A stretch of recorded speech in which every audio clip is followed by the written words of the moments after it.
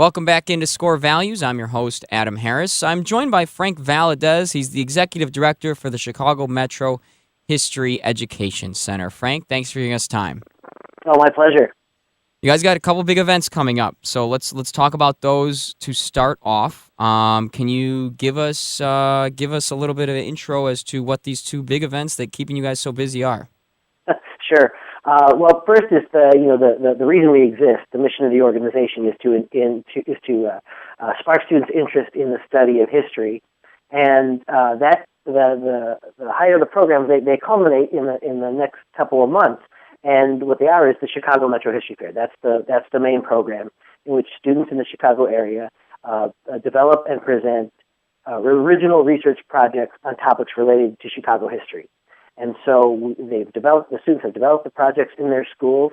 About 120 schools participate every year. Probably about 15,000 students will actually develop history fair projects or have developed them already. Mm-hmm.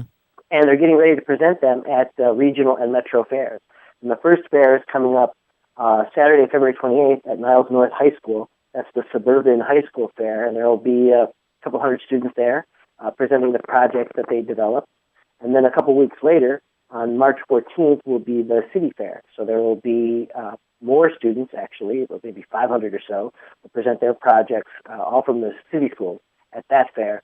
Both of those with an opportunity to advance to the next level of a competition.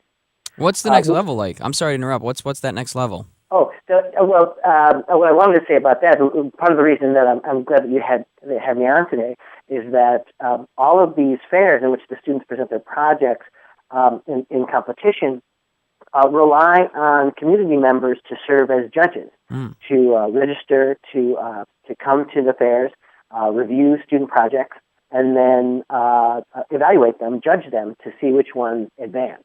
So if people would go to our website, chicagohistoryfair.org, and on the right side of that page, there's a button that asks people to register to judge if you're interested.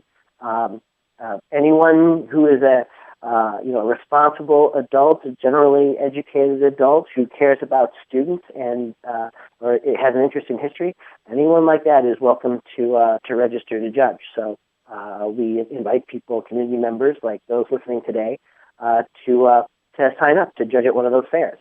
It sounds like a lot of fun. I watched one of the videos that you guys have on your website. Also, you emailed it to me as well, and some of the judges are really prestigious individuals as far as education goes, but even they are excited to judge in the fact that they learn something from it, and they also really enjoy, I know one judge said he really enjoyed seeing the students kind of light up halfway through their presentation, get comfortable, and you really start to see the genuine interest that students are developing into something like history that most people don't think is very interesting.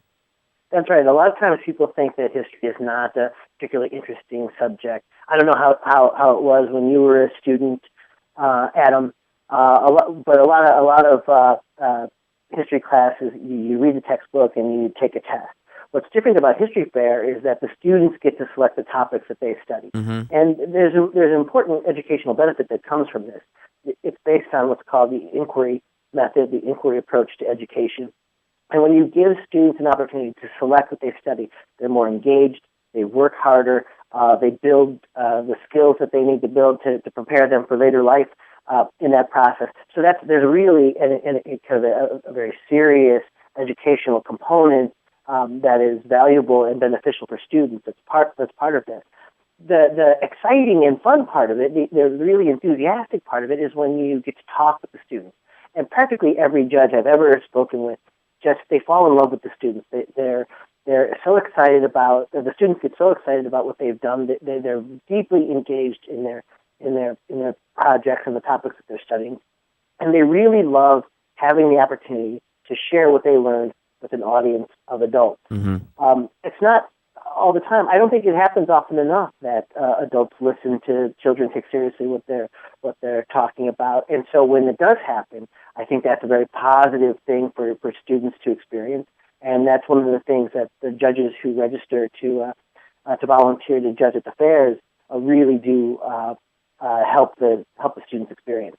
Yeah, most kids want to tell adults, "Hey, I know this and you don't," and that's kind of normally the snobby way to do it. But it's normally done in arguments. It's normally done in the heat of a moment. But when you're right, when an adult is like, "I'm going to give you my attention, my eye contact," and actually be like, "Oh, that was interesting that you told me that," it definitely validates the way a child is learning, and I think it also probably pushes them to want to learn more.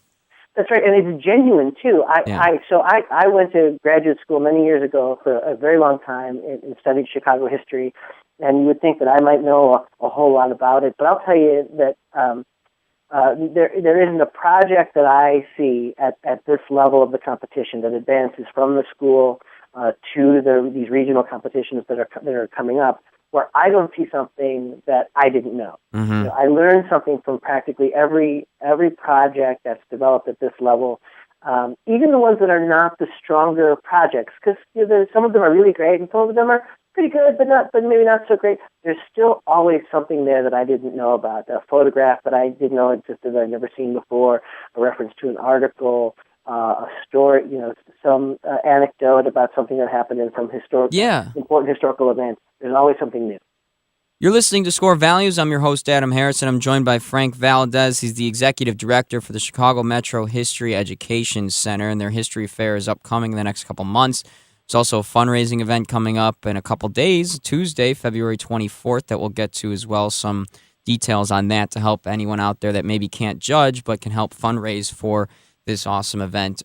Frank, also, I think that people need to understand that these kids that are doing these history projects, they treat it like it's an after-school sport, I'm assuming. That's how much work and effort that they put into it. And when they do win and go on to the next round or place in the top 3 or, even just are they able to present it, and whether they win or lose, it's something that really validates what they do as a high schooler. It's their culmination. It's the same thing as anyone driving out there that has a child that threw a 7-inning shutout in a semifinal game or something, or that wrestled their way to the championship of anything. This is what their culmination is, and the feeling that they get after that is the same thing as winning in a sporting event in high school too. And I'd like to show the importance and the combination of what it's like between a sport and that.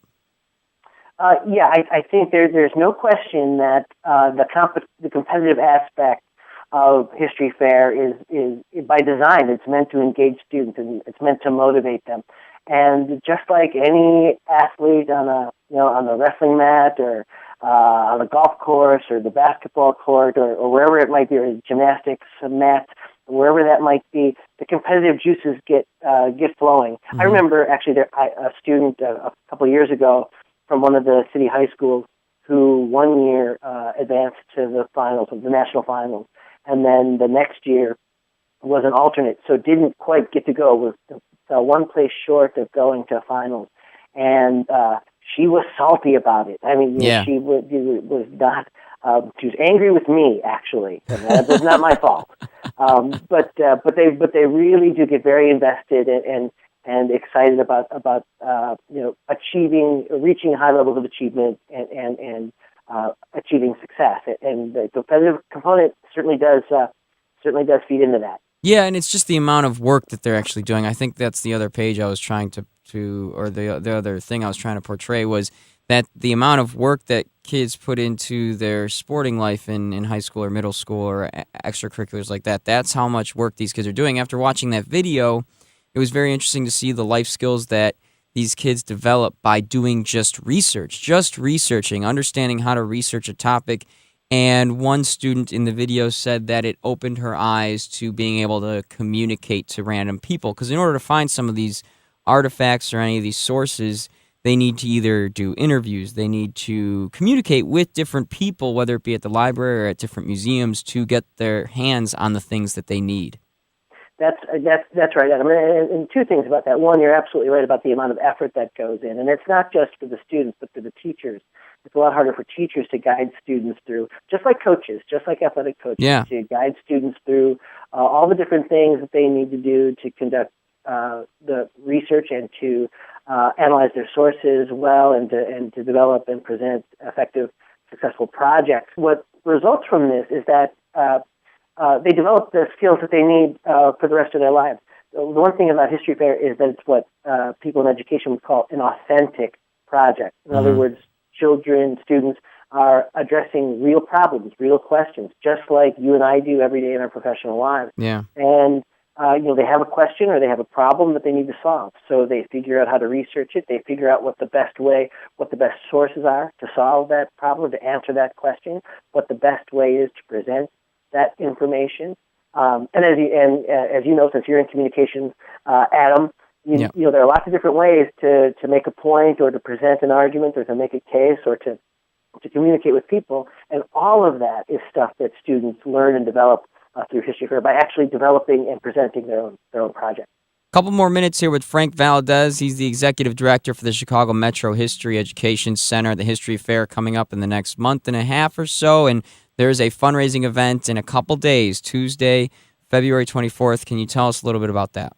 I can, and I'm really excited about it too. So the event is called Brews, Blues, and Barbecue, and it's going to be held at the Lagunitas Chicago Tap Room, which is really fantastic. They make their space available 2 days every week for nonprofit organizations, and we're thrilled that they've allowed us to hold our fundraiser there on February 24th.